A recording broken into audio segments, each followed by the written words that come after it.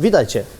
Tym razem opowiem o pewnej zimowej przypadłości starszych modeli ciągników siodłowych, która może przytrafić Wam się na trasie i wywołać szereg niepokojących objawów. Co ją powoduje, jak można jej zaradzić? Tytuł odcinka i tak zdradza, o co chodzi. Więc po prostu zapraszam na C+E, jedziemy z tematem.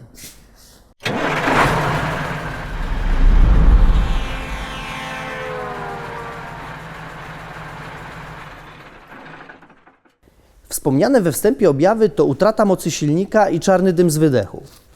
Jeśli coś takiego przytrafi Wam się zimą przy niskich, ujemnych temperaturach, to jest duża szansa, że wywołuje ją zamarznięta woda w interkulerze powietrznym takim jak ten.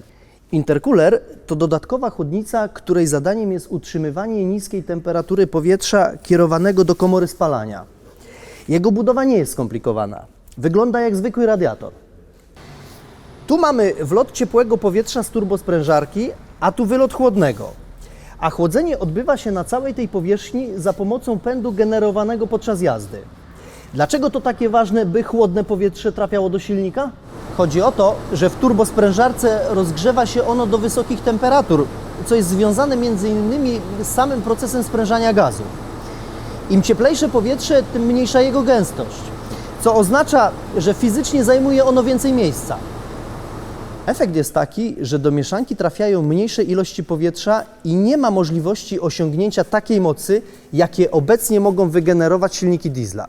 Dzięki zastosowaniu interkulera silnik dostaje chłodne, a więc gęstsze powietrze, co umożliwia zwiększenie dawki paliwa wstrzykiwanego do mieszanki. To z kolei gwarantuje zwiększenie mocy silnika. Z tych powodów interkuler montowany jest oczywiście pomiędzy turbosprężarką a silnikiem. To tak w skrócie. Skoro ten sprzęt pędem powietrza chłodzi powietrze, to skąd w nim woda? Odpowiedź jest prosta. Skrapla się na ściankach interkulera poprzez różnicę temperatur, po czym ścieka na jej dno i tam się gromadzi. A jeśli zbierze się jej zbyt dużo i zimą zamarznie, zamyka przepływ powietrza i pojawiają się wspomniane problemy. Auto kopci, bo jest mniejszy udział tlenu w spalaniu oleju napędowego. Z tego samego powodu spada moc. Czy są jakieś metody na zamarzniętą wodę w interkulerze? Są, ale niektórych do końca polecić nie mogę, a nieliczne można zastosować w trasie. Jedną z metod jest wywiercenie otworu w dnie chłodnicy, który umożliwi spuszczenie nagromadzonej wody. Dzięki temu unikniemy problemów zimą, ale mamy dziurawy interkuler, który trzeba jakoś zaślepiać, żeby działał poprawnie. Nie jest to metoda godna polecenia, ale myśląc o tym problemie, to idealne w zasadzie byłoby tylko trzymanie ciągnika w ciepłym garażu, co jak dobrze wiemy nie jest możliwe w większości przypadków. Jeszcze inną metodą, trochę trudniejszą do wykonania, ale o wiele mniej inwazyjną, jest użycie nagrzewnicy. Ustawiamy ją przed ciągnikiem i staramy się skierować gorący strumień powietrza bezpośrednio w interkuler.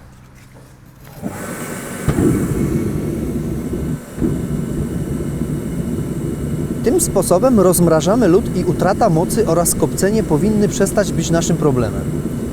Tyle, że jeśli interkuler zamarznie nam na trasie, co dzieje się o wiele częściej, to konieczna będzie pomoc serwisowa. Na serwisie robiliśmy tak, że podjeżdżało się autem serwisowym do uziemionego ciągnika. Potem otwierało się tylne drzwi i odpalało odpowiednio wycelowaną nagrzewnicę. Po jakimś czasie interkuler się rozmrażał, a kierowca mógł jechać dalej. Wadą tego rozwiązania jest oczywisty fakt, że nie zrobi się tego wszystkiego na trasie samodzielnie, czyli wtedy, gdy pozbawiony mocy kopcący silnik jest najbardziej kłopotliwy. Trzeba poczekać na pomoc. Warto pamiętać, że to pęd ciągnika potęguje zgubne oddziaływanie silnych mrozów na interkuler. Dlatego niektórzy kierowcy stosują osłonę przodu pojazdu, by zmniejszyć ten efekt. Może to być zwykły karton lub odpowiednio wycięte linoleum. W tym modelu osłonę najlepiej zamocować w ten sposób.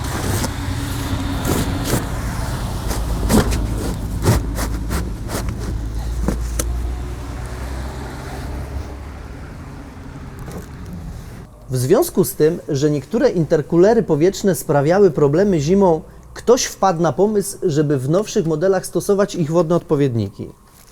Paradoksalnie, pomimo tego, że czynnikiem odprowadzającym w nich ciepło jest woda, nie mają tendencji do zamarzania. Zauważalną na pierwszy rzut oka różnicą pomiędzy powietrznym i wodnym interkulerem jest fakt, że ten drugi ma mniejsze rozmiary. Trzeba jednak pamiętać, że jego budowa jest trochę bardziej skomplikowana niż w wersji chłodzonej powietrzem, bo musi być połączony ze zbiornikiem wody oraz pompą, która będzie utrzymywać przepływ chłodziwa i wymianę cieplną. Nie słyszałem jeszcze, żeby wodne interkulery zamarzały, ale nie wykluczam, że może się tak zdarzyć. Dajcie znać w komentarzach, czy mieliście problem z zamarzniętym interkulerem i jak sobie z tym poradziliście. Ja dziękuję za dzisiaj. Życzę szerokości C+E. Do zobaczenia.